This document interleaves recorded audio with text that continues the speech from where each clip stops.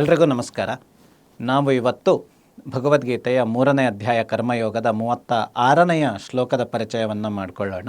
ಶ್ಲೋಕ ಹೀಗಿದೆ: ಅರ್ಜುನ ಉವಾಚ ಅಥ ಕೇನ ಪ್ರಯುಕ್ತೋಯಂ ಪಾಪಂ ಚರತಿ ಪೂರುಷಃ ಅನಿಚ್ಛಿನ್ನಪಿ ವಾರ್ಷ್ಣೇಯ ಬಲಾದಿವ ನಿಯೋಜಿತಃ.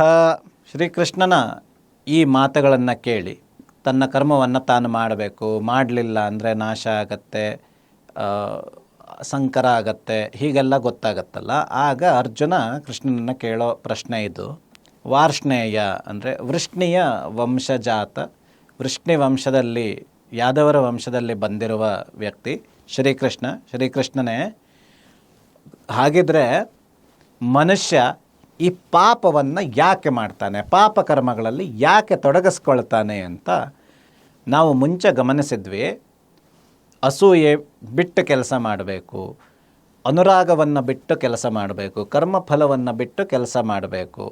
ಹಾಗೆಲ್ಲ ಮಾಡಿದರೆ ಅದು ಒಳ್ಳೆಯದಲ್ಲ, ಅದರ ಪರಿಣಾಮ ಒಳ್ಳೆಯದಾಗೋದಿಲ್ಲ, ಪಾಪ ಅಂತ ಶ್ರೀಕೃಷ್ಣ ಹೇಳ್ತಾನೆ. ಈಗ ಅರ್ಜುನ ಅದನ್ನು ಇನ್ನೂ ಚೆನ್ನಾಗಿ ತಿಳ್ಕೊಳ್ಬೇಕು, ಯಾಕಂದರೆ ಮಾಡಬಾರ್ದು ಅಂತ ಶ್ರೀಕೃಷ್ಣ ಹೇಳ್ತಾನೆ. ಹಾಗೆ ಮಾಡಿದರೆ ಒಳ್ಳೆಯದಲ್ಲ ಅಂತ. ಅದು ಯಾವ ಕಾರಣದಿಂದ ಉಂಟಾಗತ್ತೆ ಅಂತ ತಿಳ್ಕೊಂಡ್ರೆ ಆಗ ಅದು ಯಾವತ್ತೂ ಆಗೋದಿಲ್ಲ. ರೂಟ್ ಕಾಸ್ ಅನಾಲಿಸಿಸ್ ಅಂತ ಹೇಳ್ತೀವಲ್ಲ, ಮೂಲ ಕಾರಣ ಏನು ಅದನ್ನು ತಿಳ್ಕೊಂಡ್ರೆ, ಆ ಮೂಲ ಕಾರಣ, ಅದಕ್ಕೆ ಸರಿಯಾದ ಪ್ರಯೋಗವನ್ನು, ಅದಕ್ಕೆ ಸರಿಯಾದ ನಿಯಮವನ್ನು ಅಳವಡಿಸ್ಕೊಂಡ್ರೆ ಆ ಪಾಪ ಆಗದೆ ಹೋಗೋ ಸಾಧ್ಯತೆ ಇದೆ. ಹಾಗಾಗಿ ಈ ಪಾಪ ಉಂಟಾಗೋದಾದರೂ ಯಾಕೆ ಅಂತ ಅರ್ಜುನ ಶ್ರೀಕೃಷ್ಣನನ್ನು ಕೇಳೋ ಪ್ರಶ್ನೆ ಇದು. ಇದೇ ಈ ಶ್ಲೋಕದ ಅರ್ಥ. ಇದರಲ್ಲಿ ಏನೂ ಇಲ್ಲ, ಇದು ತುಂಬ ಸರಳವಾದ ಪ್ರಶ್ನೆ ಅಷ್ಟೇ.